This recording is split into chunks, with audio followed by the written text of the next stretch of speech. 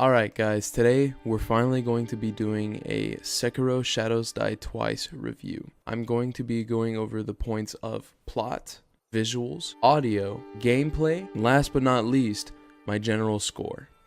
I hope you guys enjoy the video, and without further ado, let's hop right into it.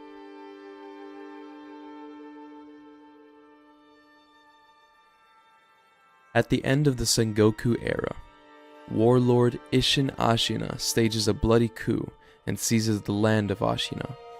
During this time, a nameless orphan traversing through a fresh battlefield is adopted by the wandering master shinobi Owl, who names the orphan Wolf.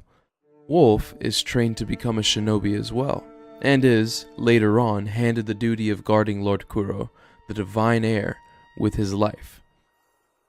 With the Ashina clan on the brink of collapse due to a combination of the now elderly Isshin becoming ill and the clan's enemies steadily closing in from all sides, Isshin's grandson Genichiro captures the divine heir Kuro in hopes of using his dragon heritage to create an immortal army. Wolf attempts to stop Genichiro, but is defeated and his left arm is cut off. Wolf survives his wounds due to Kuro having given him the dragon heritage 3 years prior, and he awakens in a dilapidated temple. There, he meets the sculptor, a former shinobi who now carves Buddha statues. The sculptor gives the wolf the shinobi prosthetic, a sophisticated artificial arm that can wield a variety of gadgets and weaponry, and dubs him Sekiro, the one-armed wolf. Sekiro's only goal is to protect Lord Kuro, and so he ventures out to do just that. There were many times where I stopped to appreciate the environment around me. The areas to progress through are beautifully varied, whether it be a snowy rundown temple, a monastery in mid-fall, a poisonous swamp, a bridge covered in auburn leaves, a flooded passageway,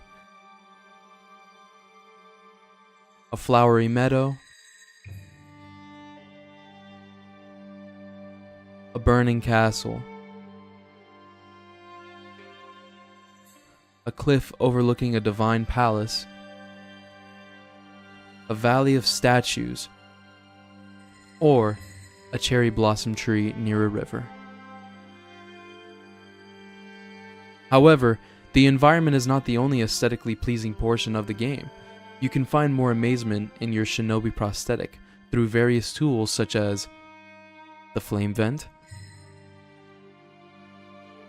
firecrackers, and the divine abduction.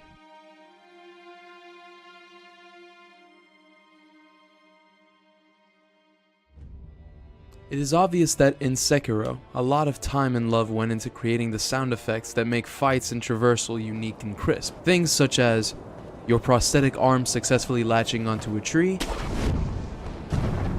resting at a sculptor's idol, hearing the satisfying ting of your sword meeting another, and the airy ring as you finish off an opponent.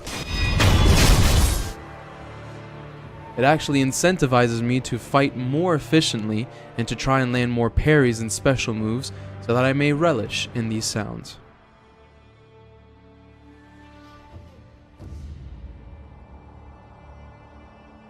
Gameplay is tight and responsive, although that does not give way to simpler paths.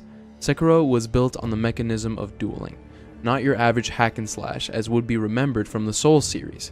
Practice makes perfect. Doubly so in the cruel region of Ashina, where, as quoted by Isshin Ashina himself, hesitation is defeat. Dodging attacks will cost you precious time to deal posture damage, which, in most cases, is more important than whittling away at an enemy's health bar. Using your tools is also highly recommended, as some are made specifically to combat certain enemy archetypes. You must be very situationally aware at all times, or else it could be your demise. However, having the dragon's heritage means that if you do go down, you have one more chance to make a comeback.